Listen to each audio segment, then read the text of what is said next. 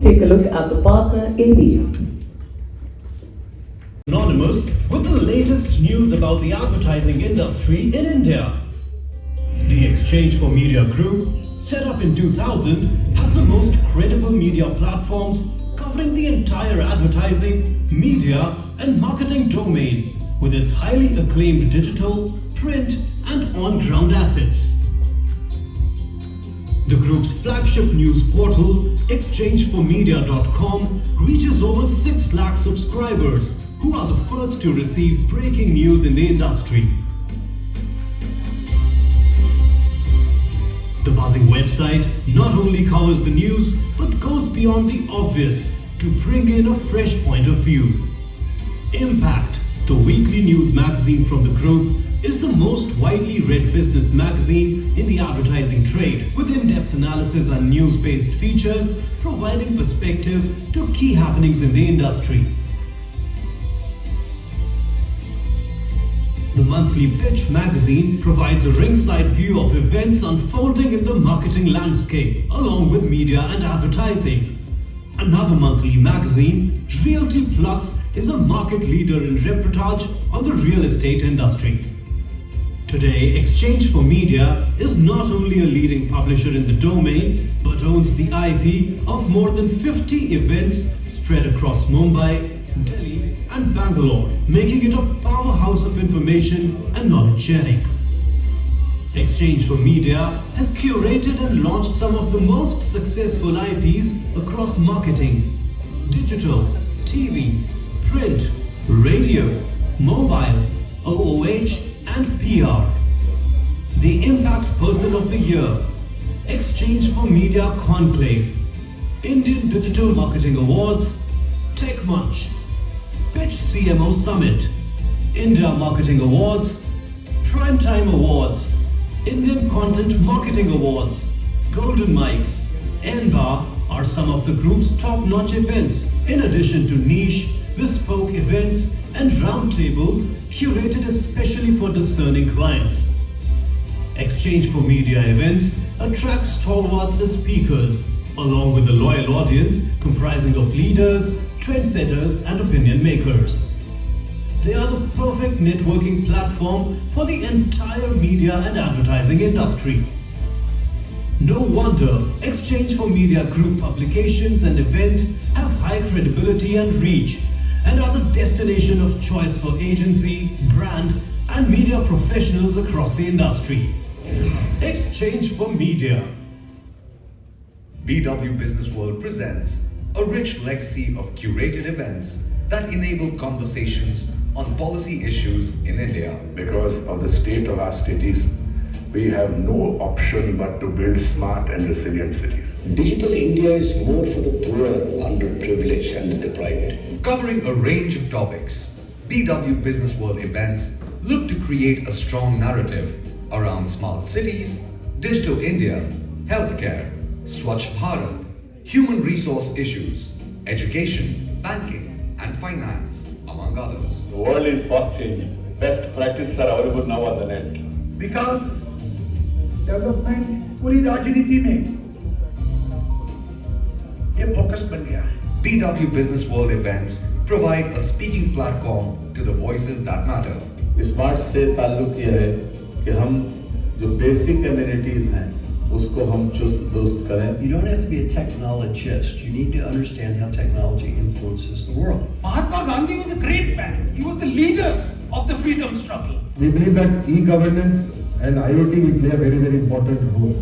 BW Business World is an excellent exhibition platform that helps you showcase your services to the right audience. BW Business World's digital transformation went on the fast track in 2020, marrying its legacy of credibility and robust business journalism to a technology-first world. Hosting over 250 virtual summits and webinars across its 17 niche business communities, with millions engaging, with a power-packed content like BW Dialogue Series, Festival of Live web series, and custom-created webinars and hosting 20+ virtual summits.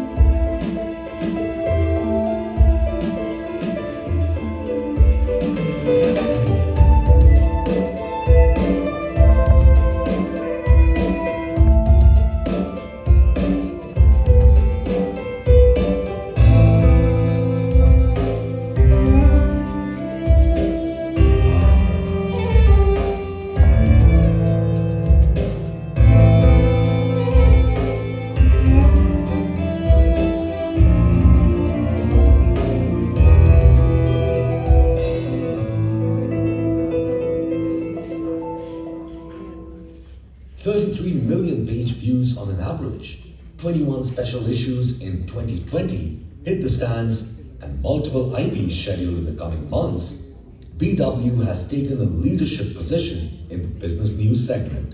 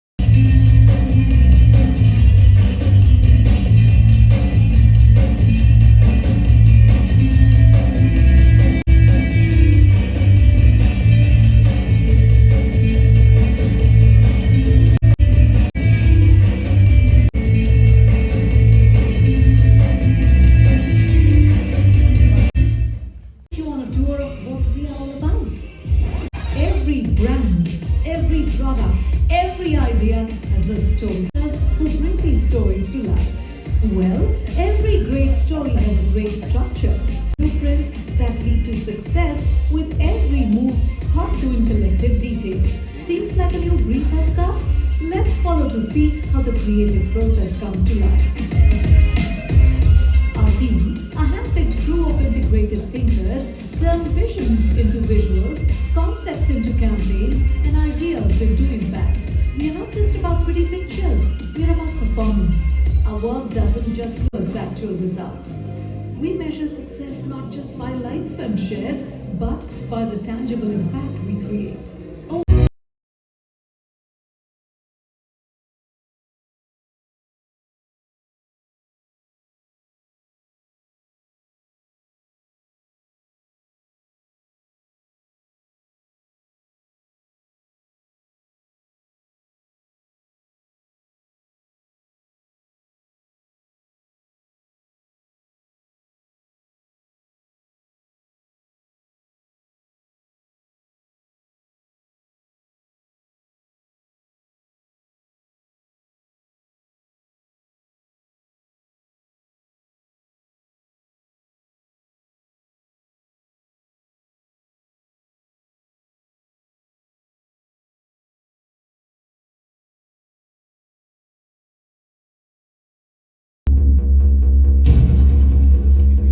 Today's business leaders, investors, influencers, and consumers are more agile than ever. They are not sitting idly by. Fortunately, Business Wire is ready to meet the information needs of the changing landscape. We are committed to embracing new technologies. We have a wealth of talent with innovative new ideas. We're leveraging a pioneering 60-year legacy of immediacy, consistency, relevancy, reach, and reliability to drive progress and ready the world with the information it needs to take action. Business is good, but business is changing. The media landscape is changing. The competition is real. But make no mistake, no one shapes and shares complex media messages like Business Wire. We are wired to outperform and out-inform, to be more consultative, tell more credible stories, and keep our clientele up to date, at the ready, around the world. We are wired to shape the next generation of the information age. It's simply part of our DNA. Business Wire, wired for what's next. Play nice, affect change, and in doing so, we are changing everything. From pushing the boundaries of healthcare communication to striding towards technology, we are changing what clients can expect, and we're helping them change lives and change the world, one success at a time. More than an agency, champions of change. Very good afternoon to everyone. My name is Madhvi Chaudhary and I'll be moderating the first session of today. And we'll be diving into the topic of visual storytelling and why it is increasingly becoming important in PR. I have a great lineup of industry experts today joining us for the discussion. And with that, I would just like to start with visual storytelling as a whole. A lot more to say and to evoke emotions and tell a story that text alone, I feel, cannot. let's recall this. How many of you remember the last good article that you read? Something that strikes on your memory sharply that this article was very well written. Well, you might remember the reel that you've seen this morning. Why? Because visual impact makes better reach to a consumer. According to a study, it says that almost 60% of human memory works on the visual communication, and they remember what they see rather than they speak or listen. So for a company to crack this code, I firmly believe it should have three various factors. That is increasing shareability, evoking emotions, and aligning with their brand. So increasing shareability, it is something which is becoming pretty common right now. How does the brand cracks it? So I believe that when brand stays true to its course, when they connect to the consumer, they can have different ways of communication, be it on testimonials or infographics or memes, all sort of various contents, visual contents that are going out. How they utilize, how they package to their sources is what makes true to their brand. Evoking emotions is a 24/7 game. It works day and night.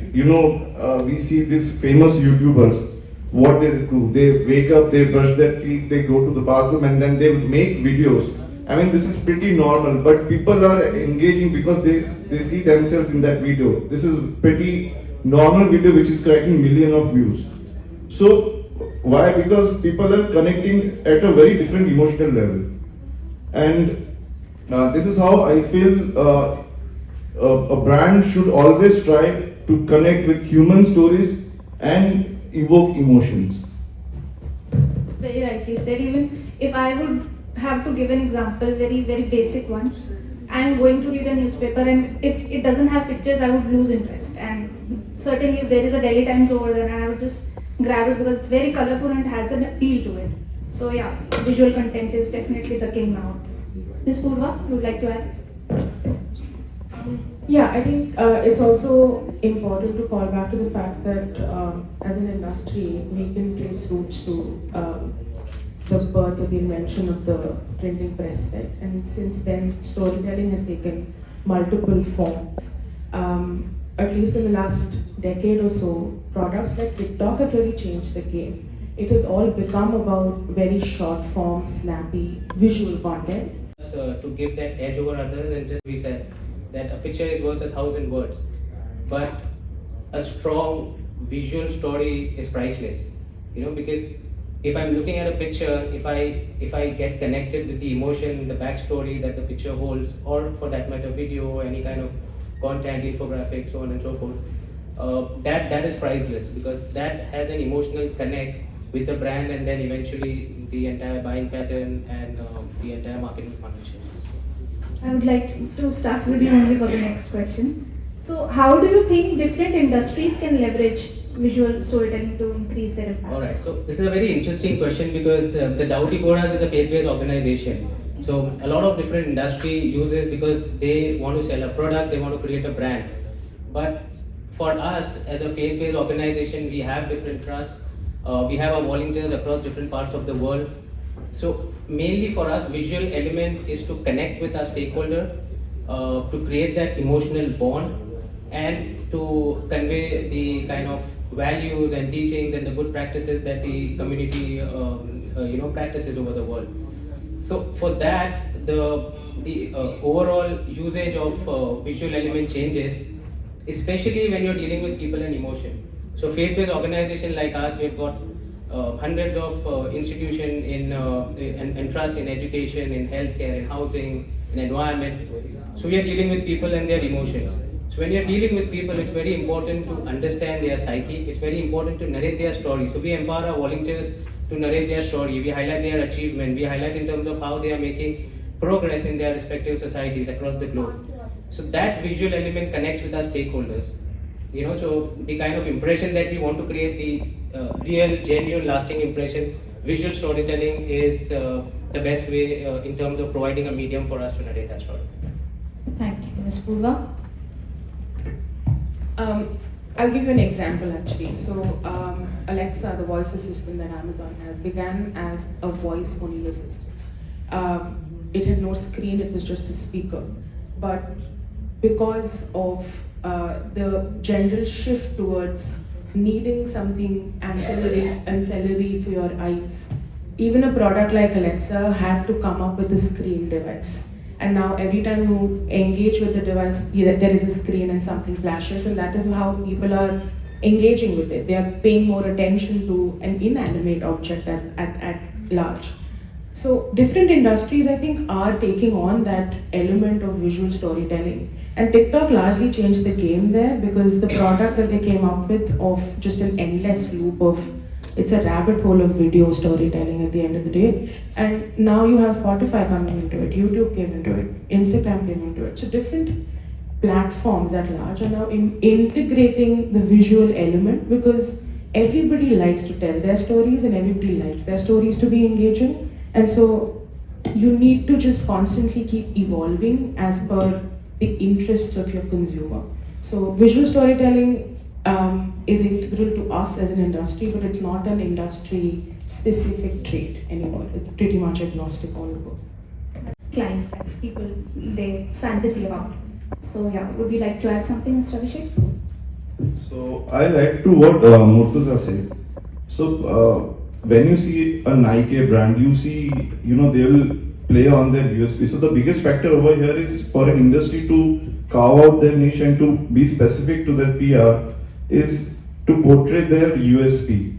A Cisco or a TCS would play with numbers and they present it in a way which looks very easy in grasping. Or for example, a Nike will portray their sports athlete. They'll promote a sports culture. So I strongly believe the USP is the key, and you need to drive your PR around it. Very right. Used to leverage visual storytelling, basically to foster a genuine connection.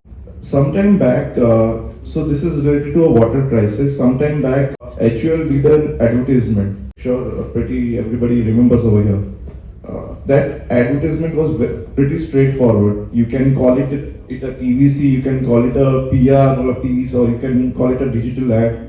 But whatever it was, it cracked the code. So it talked about water crisis in a very smart way. They showed a village wherein the villagers were queuing up to a shower enclosure, and a strong text ran on the screen that the amount of water that is consumed by a city guy for a bath, that whole village can fulfill the requirement that the same amount of water.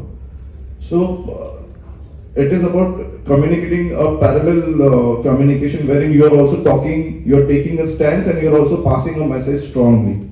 So I think what's trending in the market, what's going in the geopolitics, what is running in your in your numbers should be presented in such a way that it is very easy for the consumers to understand and it cut across masses. Also, I feel visual content has the power to complex down the text. Like if it's a big text written down, to understand the attention span, our attention span is becoming so small that to break that code, it's very tough. But images, for example, infographics is the prime example. It really helps to understand what's happening around, and it's very important to get the right message across the audience. So yeah, Ms. Purva, would you like to add? I think more than strategy, I would say it's a change in approach, and that is agility all across, right? The moment you see something that is interesting, to capture it in a way that you understand it and present it to the world is becoming more and more key. So I'll give you another, and that is what stays with people. I'll give another HUL example only. The Lifebuoy ad where the first 5 years of a child are very, very important. The entire ad campaign, what is stuck in your head is that long shot of that man walking on his hands to a temple because his child has now lived up to 5 years. Those are the kind of images that really stay with you, and probably that idea was also born from someone who saw this happen, and that is where the idea then stemmed from and now has become such a big campaign. So that agility of thought of, hey, this is interesting, I'm just going to take a picture and push it out, let's see what happens. That I think that is the next step for us. So we all know as PR professionals that reputation and goodwill is the currency of PR, right? Now, if you understand the science behind visual storytelling, it's that it evokes your cognitive impact in a way that if I look at, like Purva mentioned about having strong visual that stays in your mind, if you look at a good compelling visual element, it creates, your brain generates dopamine, all right? It's known as happy hormone. So when the brain generates this thing, this hormone, the audience connects with that brand. So there is an emotional attachment to it. So this particular emotional attachment, once you start feeling for that product or a brand or a story, then there is another hormone generated, which is oxytocin. Now this is an action hormone. Now this action hormone creates that call to action. So brands and PR professionals are utilizing this thing in a very smart way. And there's a science, like I mentioned, there's cognitive impact that it creates. So, PR professionals are using it to communicate their ideas in nice, snackable content, something which is shareable, likable.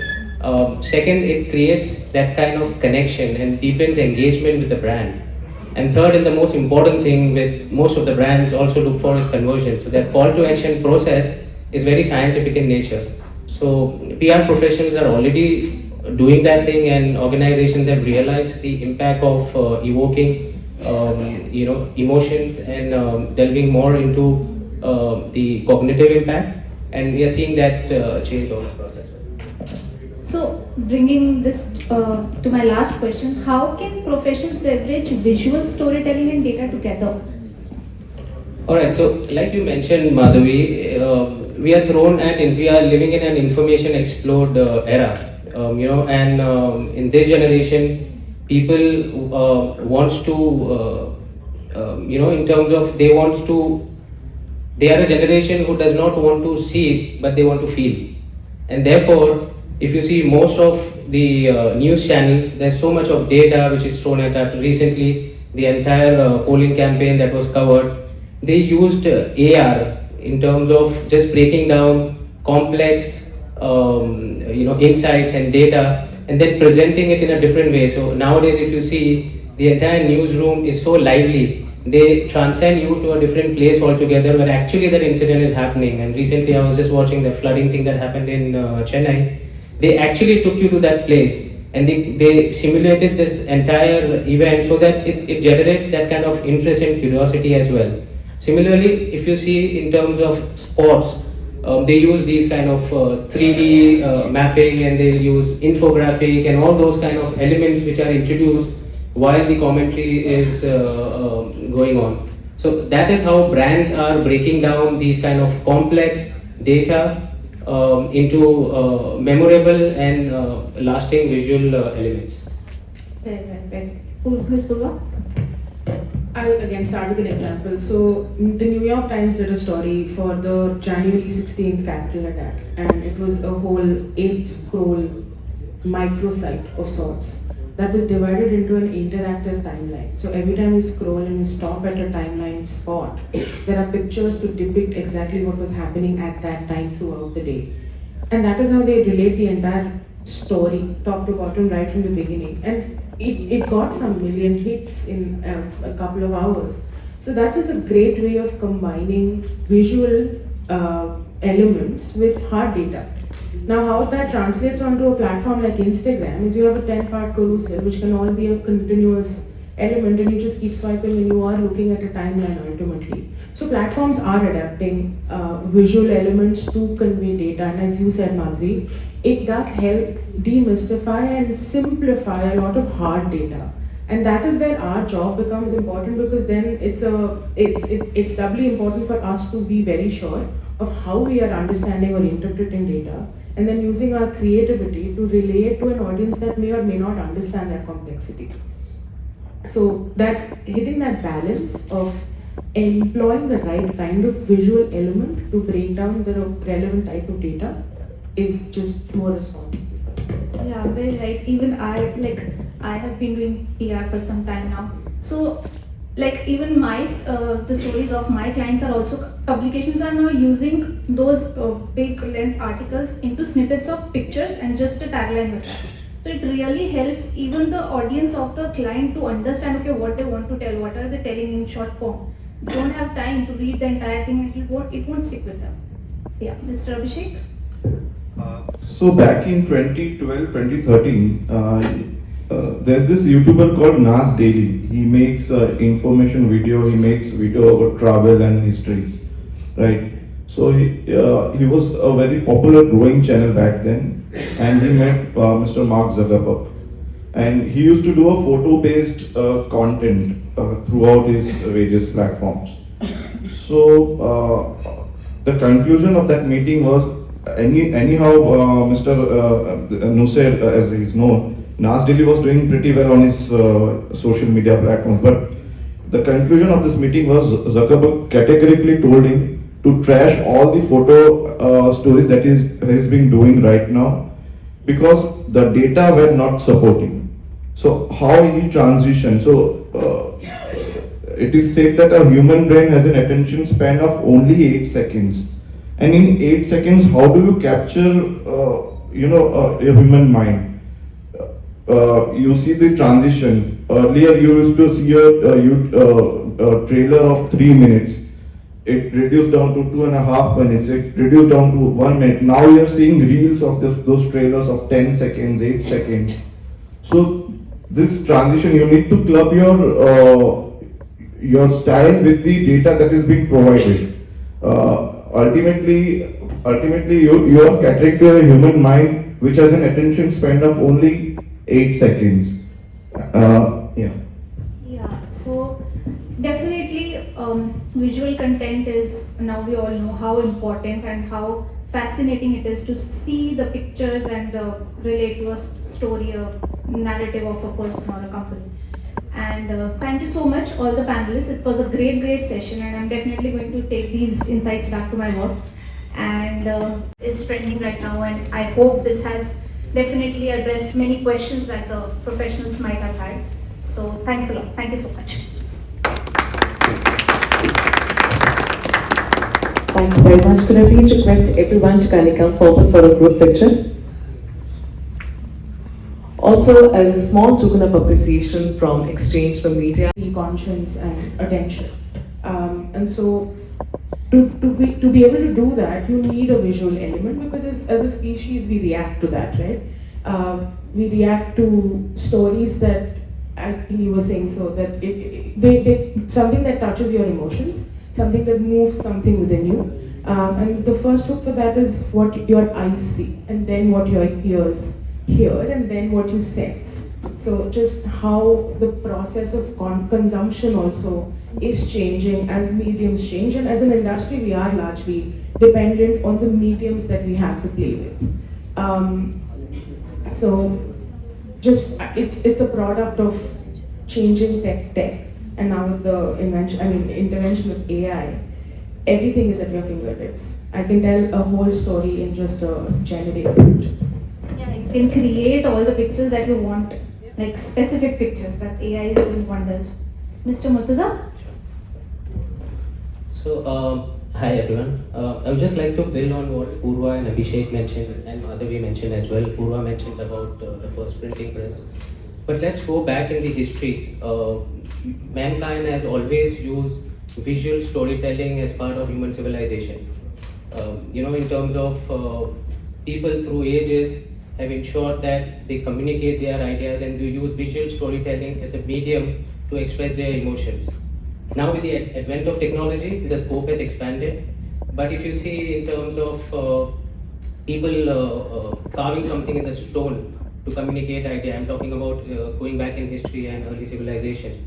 So from that time to the first motion picture to now with the advent of AI and technology and how newsrooms have changed as well, it's a complete immersive and intriguing kind of atmosphere which is created, because our attention spans are diminishing.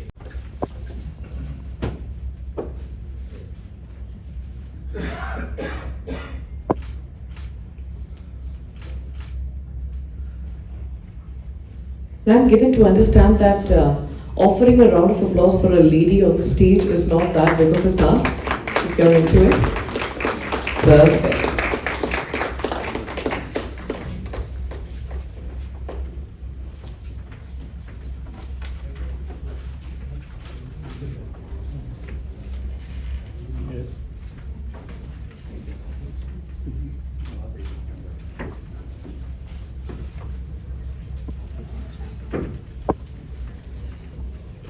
PR and Comm head for Physics Wala. Shrishi, it's really nice having you with us, and I look forward to brewing some interesting discussions. We have Mamta Dhingra. She's a PR consultant, the founder of Lateral Sutra, as well as our very own award-winning podcaster. So I'm sure you'll add so much masala to this discussion. We also have Yashika Sagar. She's the lead PR and comms at Fusion PR. You've been a part of the industry for almost a decade, and I'm sure it's going to be so nice listening to your insights. So, obviously, today we are here to discuss what seems to be the future of PR, or perhaps it already is, right? Podcast is the new way. We've seen over the years how people have shifted the way that content is being created. It's shifted from video to creatives to now audio, right? People like to listen to things on the go.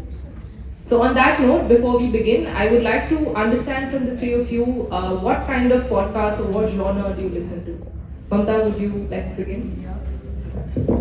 So I personally love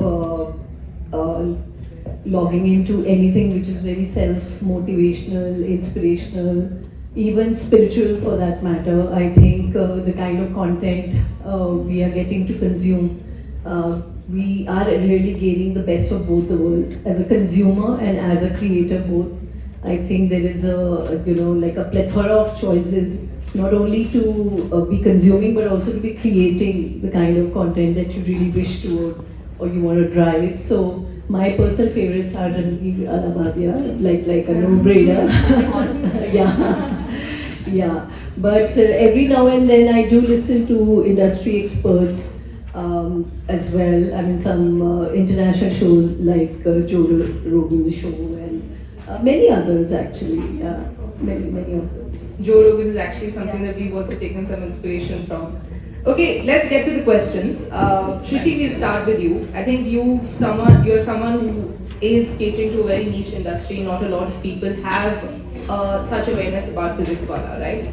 So do you think podcasts are a better medium to kind of communicate that messaging, build brand awareness, and perhaps even reach a wider audience?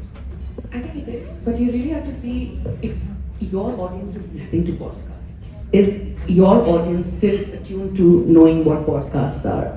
So for education, I think there's a huge white space there where there is no, you'll not see any education as such podcasts, And there's a lot of, I keep thinking, we keep brainstorming internally. Should we be the first brand to come out of that EdTech podcast, so to say? But we're still deliberating because this is increasing, but we want to get it right.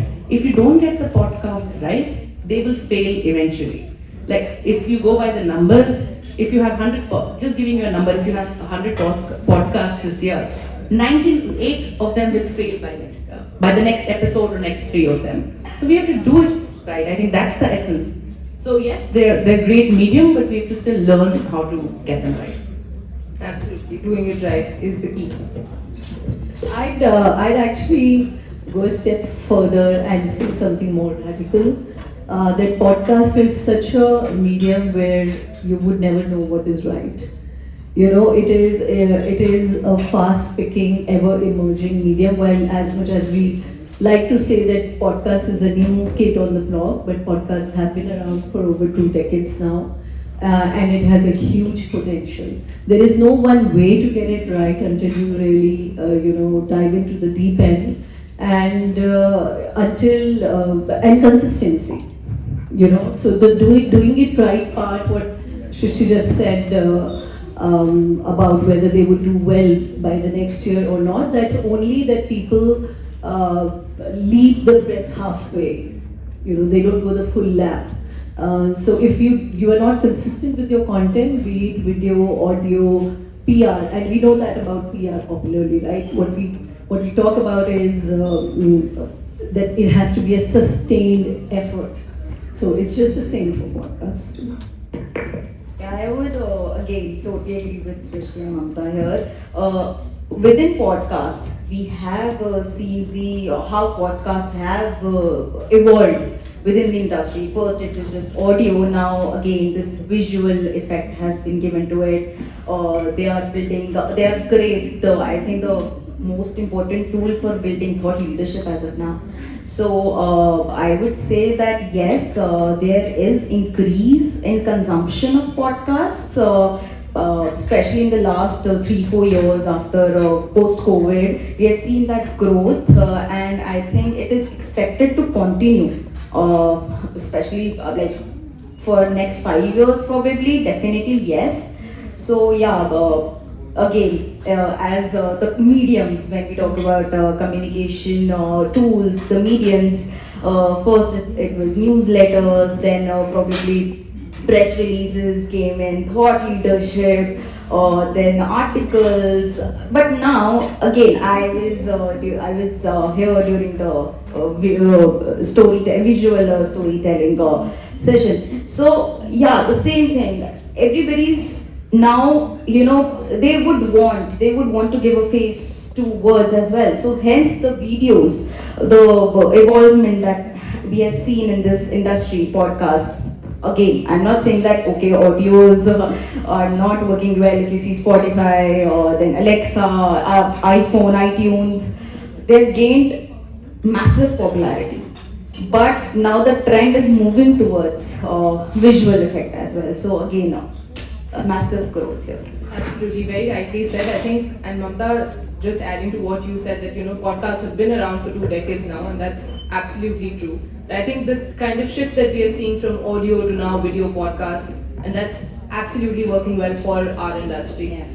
I have a thing to add there. So I think what's happening in the game of content is that rather than the medium reaching the audience reaching the medium is now reaching the audience. So with smartphones, with your screen size becoming as personal as your own mobile phones, where you are consuming everything, right from cricket to Netflix to OTT to even podcasts. So it's actually it's kind of a compelling change which has set in, because there is just no other way. How else would you really gain or stick to the attention of the consumer till the time the content really comes right there in your face? Yeah, in addition to this, the attention time.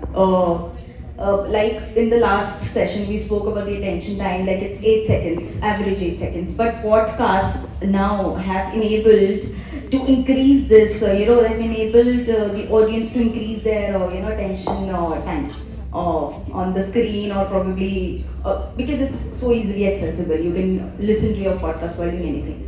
And second, you control the narrative here. Not only control, as Anurag sir said, you influence the narrative. So I think that's a win-win situation for every party. Many points to be I can see this. Our all-women panel is just as talkative as it is illustrious. So, Shrishi, that brings me to my next question. Can you maybe suggest some innovative ways? You've been in the PR space for a while. Can you suggest some innovative ways that PR professionals can maybe leverage podcasts to go beyond just guest appearances? Yes, I think podcasts are a very cool way of having your own newsroom. They can become your own newsroom. When I say own newsroom, for a brand's own newsroom, where everybody has media is showing various narratives about a certain brand. But this can be your space where brand narratives can come out authentically, deeply, and your audience can connect with them. It has everybody used to have that in our website. We used to have press release section or a newsroom section. Now that can take over, not take over, but transit to become like a nice visual audio newsroom. It has a lot of potential. And it also can help you in times of crisis, that you have a credible platform to go out and talk from your point of view. Few more of things which we can do with it, which I keep seeing other brands experimenting, is internal communications. You can use that for your employee engagement and internal communications. Crisis management remains one where, as I said, we can tell our stories more authentically. And yeah, I think these are few ways we can start, like just not having a guest over. One more thing which we can do is become that, I think for EdTech, we've been thinking about what kind of podcast we should do. We can become that thought leaders, or if not thought leaders, skilling platform. Let people come to you and know if they want to know anything in depth. So podcast can be one of those ways. Don't have a guest. You can be your own. You can be your own person. If I like to talk about travel, maybe I can have my own podcast and keep doing very in-depth shows. So I'll have a niche audience where a lot of people can come and learn from you. So I think there's a few interesting ways which are like podcasts are getting evolved. Absolutely, and I think the fact that you brought in newsrooms and how they are performing, even people are now moving towards audio as well as video podcasts on their newsrooms. So it's a great way to definitely leverage your company as well. Mamta, something? Yeah, many thoughts actually. Podcast is indeed a very creative medium, and if leveraged well, can immensely add to the value of the brand, the kind of narrative they want to drive, the kind of education they want to spread, the kind of awareness they want to build, the kind of familiarity they want to delve into. So many times, and I'm assuming that people packed in this room are from the business of public relations. So when we talk about the soft profiling, that what goes behind in the making of a business, or a CEO or a co-founder or a CXO, podcast allows for those conversations to happen, and like how Yashika said, it in a way that you best like it to be. It's not always a compulsion on a podcaster or a podcast platform to be breaking news or to be twisting news to get the public attention. So in that sense, it can build, and it does allow a lot of authenticity and authentic conversations to be built, that you come as you are, and it's a candid style format. There are no compulsion to be doing anything sensational or fake newsing as how we are listening these days. So many interesting things can be built with podcasts, and as how Srishti said, that yes, adding to thought leadership, it is another avenue as a speaking opportunity. So for you and your clients and your brand, this could be another medium of visibility, which is away and aside from events and industry events, etc. I just want to add one more thing, which has been my observation, that a lot of CEOs, a lot of leads, anybody in the business space, a lot of them are not comfortable in talking public platforms, and it is a truth. However, I mean, not everybody is comfortable coming out and talking. Podcast gives you, and leaders or anybody that owns space, the comfortable space where they can put their point across beautifully to such a large number of audience.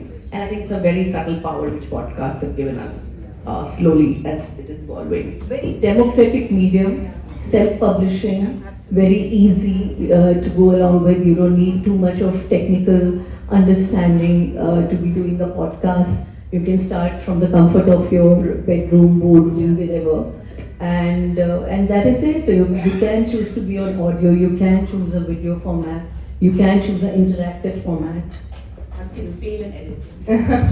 Covered it all. Yes, thought leadership remains the most important element for visual podcasts. And again, as Srishti said, when she said that okay, the leaders are not very comfortable going out, but when she said no, the first name came to my mind was Nikhil Ahmed. WTF series by him. I think that podcast has given a great boost to startups. One, he has built a brand for himself. Secondly, of course, Zerodha as well. But then the other medium where probably if the leadership is not comfortable, we were just speaking outside as well, the technology, AI, okay, they do everything for you. They give you voiceover, they give you visuals. So yeah, it's not that difficult right now. But yes, owned media, what do we say? We should definitely incorporate podcasts in our owned media strategy for now. And yes, that's it. I'll actually move away from the questions and I would like to ask you as well, all of you all. That how do you think AI is playing a role in podcasts? Like, do you think that, Mamta, you are someone who's very personally also started, I've seen you starting off podcasts, right? So do you think AI will eventually take over, or because of the content, the narrative, the style, and the podcaster himself or herself?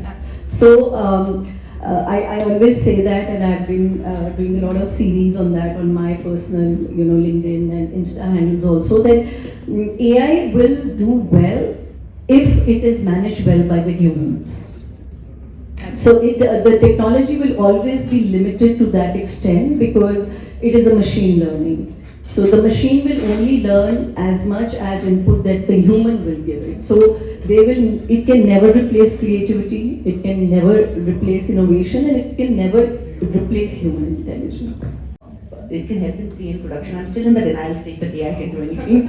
I still want to see that it will take time. Yeah. But one thing which I see is that so many people say that that podcaster is their friend. They understand because they hear them so much. So they start identifying with the podcaster's personality. They want to go back to listening to them every day or whenever. So I still think the AI bit of it can aid, as Mamta said, but you need that human being, that spontaneity, that touch, that authenticity which will come with, and it needs so much more just beyond making it look visually good. The content is the king here, and how you deliver it and how you engage with your audience. And let's also have a perspective on where AI is in the game of things right now. So I mean, a recent tweet, I think I was just reading through LinkedIn report or something yesterday, that AI is as flawed and faulty, and especially so in case of women. So if you are a women podcaster, and I give it my audio recognition feed, and so the AI, the way it is developed, that it's not even gender inclusive for now. So the technology is so flawed that on an AI input, when you give a woman's voice, and if I want that, I give all intonation of my voices to AI, and then I say that you auto-generate a script around this subject, and now in my voice, just go and intonate the whole thing and create a show out of it. There will still be a lot of lags and errors. It will not be able to read into few words from a woman's voice, for example. So the voice recognition inputs also in AI are not that evolved. Yeah. So before we go and jump the gun and say that, oh, AI is here and it will take over everything, it's not even in its toddler stage right now. Right. Yeah. And as you rightly said, will also promote the spread of misinformation. Yes, absolutely. But the sense of podcast, when we talk about podcast, the sense is the deeper connection that we build with the podcaster or the content, the emotional connect. What I feel is that AI, I'm not sure if AI would be able to do that, but again, human touch in podcasts. See this wave right now, it's podcasts everywhere, right? Yeah. Every fifth person probably is thinking or has already started. So human touch is very important, and because this emotional connect for me, in my opinion, emotional connect and that deeper connection that I build with probably Nikhil Kamath or somebody else who comes up, like who speaks or who talks about the experiences, I would have more inclination towards that, not AI generated podcasts. Yeah. I mean, let's not even go till AI. I in my podcast journey in less than 2 years have understood that what difference does it make to have a podcast which is audio, then have a podcast which is through the screen, that is Zoom or whatever your other apps. Zencaster is what I used to use, and now be having a studio and having guests over invited in the show. Yeah. So there is a sea difference between these three formats of podcast itself. Yeah. So forget AI. I mean the human touch is so irreplaceable. The human intelligence is so irreplaceable that even just with the formats, things take a complete sea change. Right, of course. And now, while we've touched upon thought leadership here and there, all three of you all have spoken about it, but I think let's just delve deeper into that. I would like to understand what kind of advantages do you think that podcasts will offer to build that kind of brand awareness, strengthen that brand awareness, as well as, also give a push to thought leadership? Multiple advantages. Be it intimacy, trust, emotional connect, now multi-channel platforms, repurposing what we say, that okay, we are sharing videos, small clips. I would just focus on, would want to highlight one good advantage over every other medium is the analytics involved with podcasts. Of course, you can, the downloads would be one metric, but I would say the demographics, the insights on demographics, or be it the episode performance, behavior patterns. I think that is very important to probably align for the strategies for brand to optimize strategies or optimize these insights to probably maximize the impact of like the other strategy. So I believe that analytics is what podcasts, the outcome, the measurable outcome, what podcasts are giving right now is keeping that at upper from the other mediums. So yeah, that one point. And as I say, podcasts, everybody in this nation, everybody loves hearing stories. कहते हैं ना वो कहानियाँ सुनना बहुत पसंद है. So podcast has it all covered. Content. So you as much as you would love to talk about a subject as an authored thought leader article, you have a cap of, let's say, 800 words at best. And on a podcast show, the range can be from 15-minute talk to 60-minute talk or even beyond. Yes. So the longevity of the content in that form, especially when you're a brand who's wanting to raise awareness, who's wanting to do something educational, something more, from the understanding and awareness perspective for the consumer. So if I'm a brand into menstruation hygiene, there is only so much that I can talk through press releases or articles.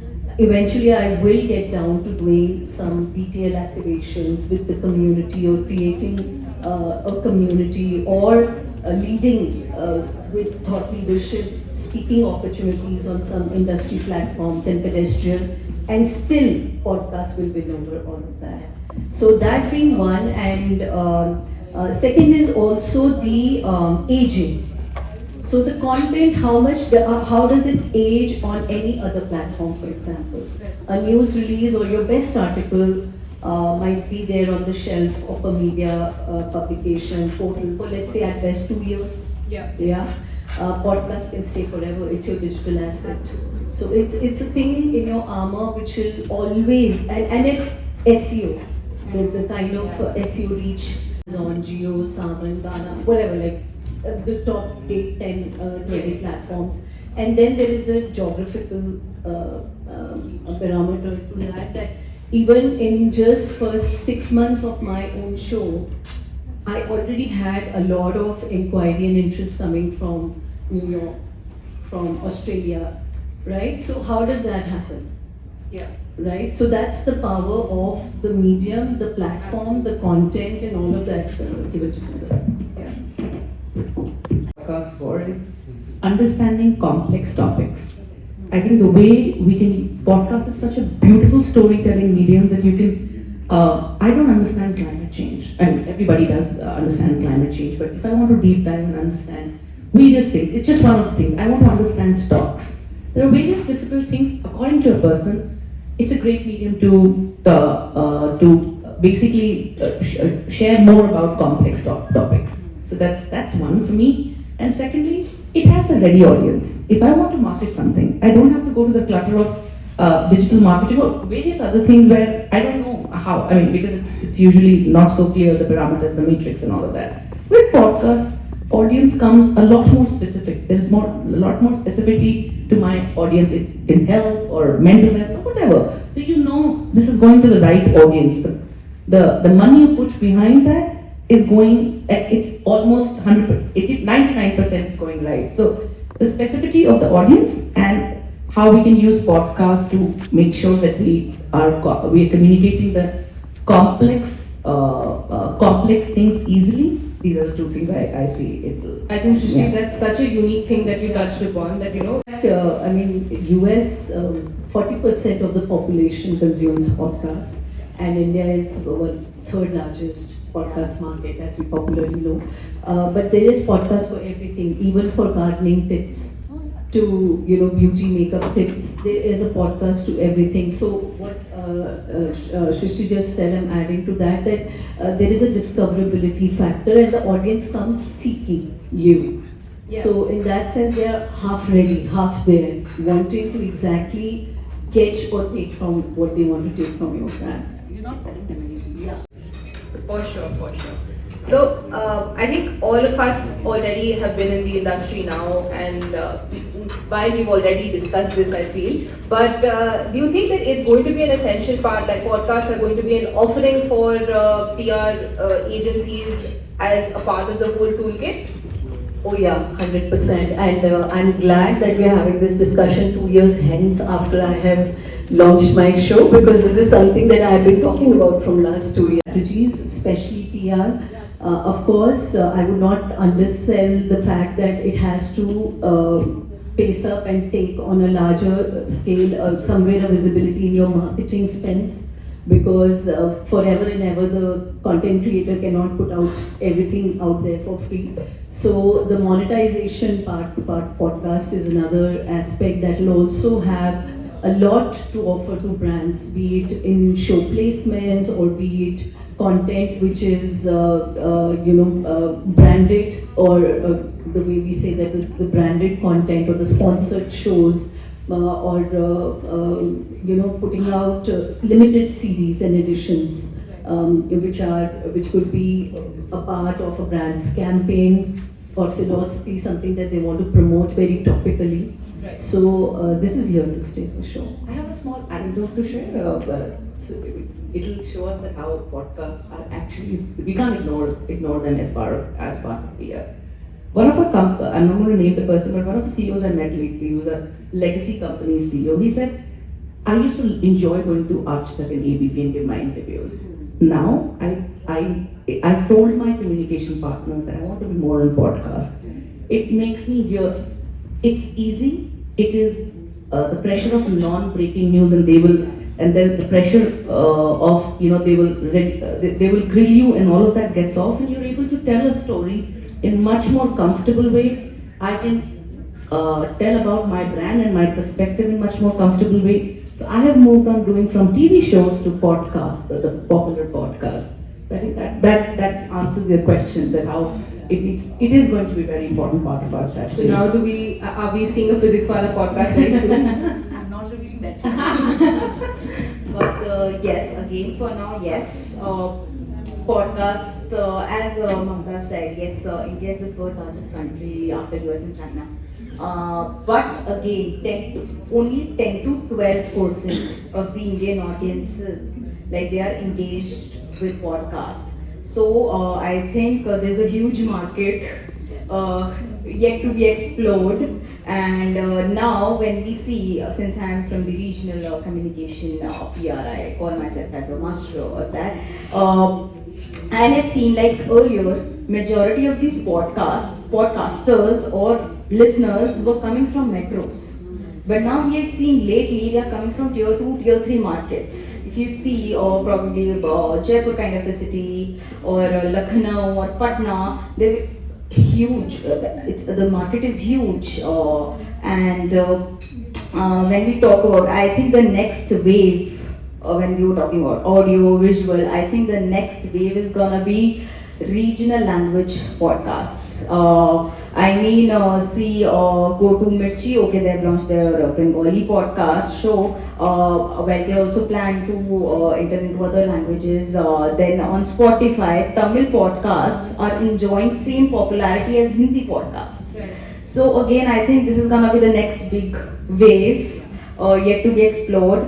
And again, but as in the industry for decade now, I've seen we all have seen the rise and fall of various platforms, be it newsletters, Orkut, Facebook for that matter, and now Twitter. I think LinkedIn is gaining momentum in that case.